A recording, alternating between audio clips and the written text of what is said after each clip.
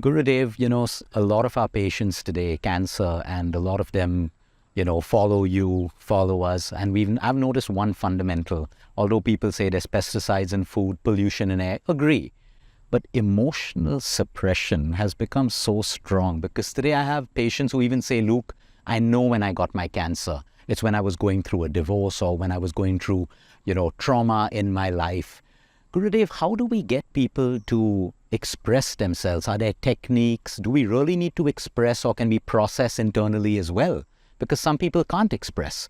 They're in the kind of environment. And some people cannot hold back. They keep expressing and all their emotions, and they land up in themselves in more trouble. Yeah. So how do we balance this? What's the Meditation, breathing techniques help you to balance your emotions. And then you become so much more aware, then you know what you need to express, what you should not express, and which is not worth expressing. Because see, your emotions are all the time changing. Your thoughts, your emotions. And you don't feel the same all the time. See, they all change. And suppose you express yourself as being somebody or some particular emotions, that may not be an authentic expression of yourself. Right.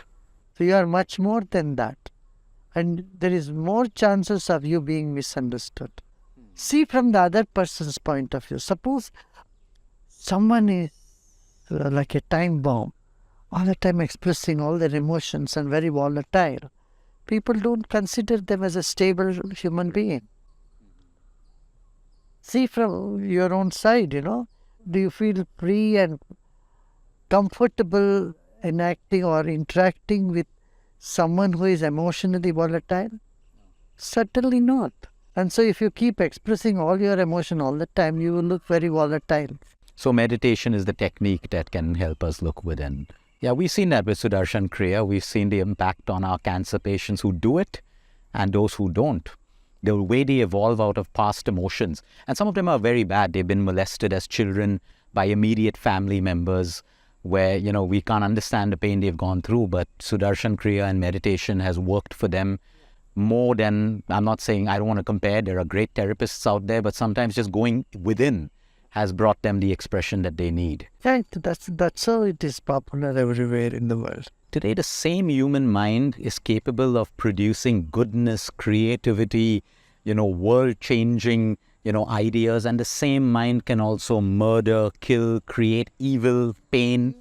It is stress which is the cause of violence in life.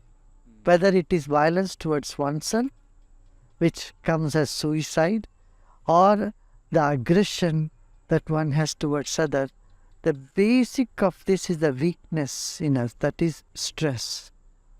If you don't relieve your stress, if you don't see life from a fresh mind, and if you are overburdened with stress once again, you are bound to be violent.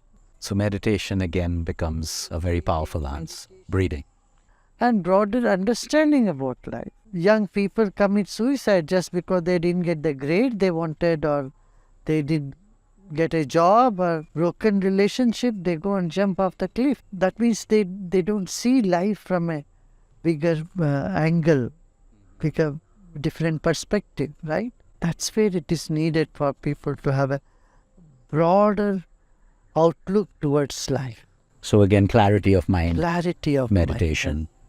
So speaking, since we spoke about the youth and what's also happening, Gurudev, you travel the world, you see so many people. We can also see that addiction is becoming a huge problem. Not just vaping and smoking, addiction to entertainment, addiction to mindless sex, addiction to, like, anything in excess is an addiction.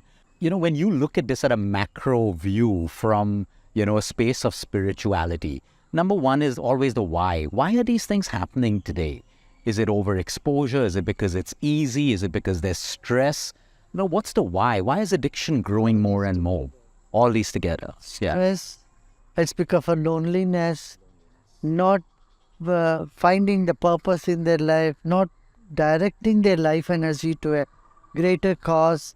Then you get wound up in addictions. Addictions are those habits which promise you happiness but doesn't really deliver. You see?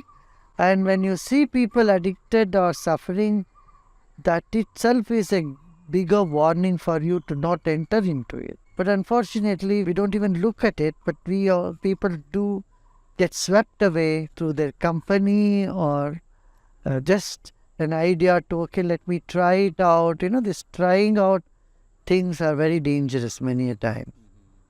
And that's how many young people get trapped into the addictions. They're unable to come out of it.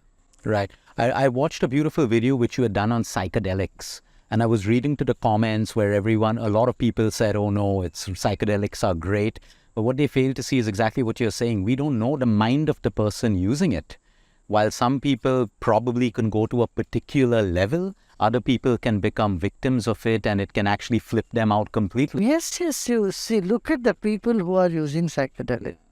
They don't exuberate joy or bliss. They're not very aware or are able to use their intelligence enough. Their creativity gets suppressed. There's a lot of disadvantages in it. Basically, they don't look very vibrant and happy. They may deny the fact that they're unhappy, but they don't look happy. This is what our experience is.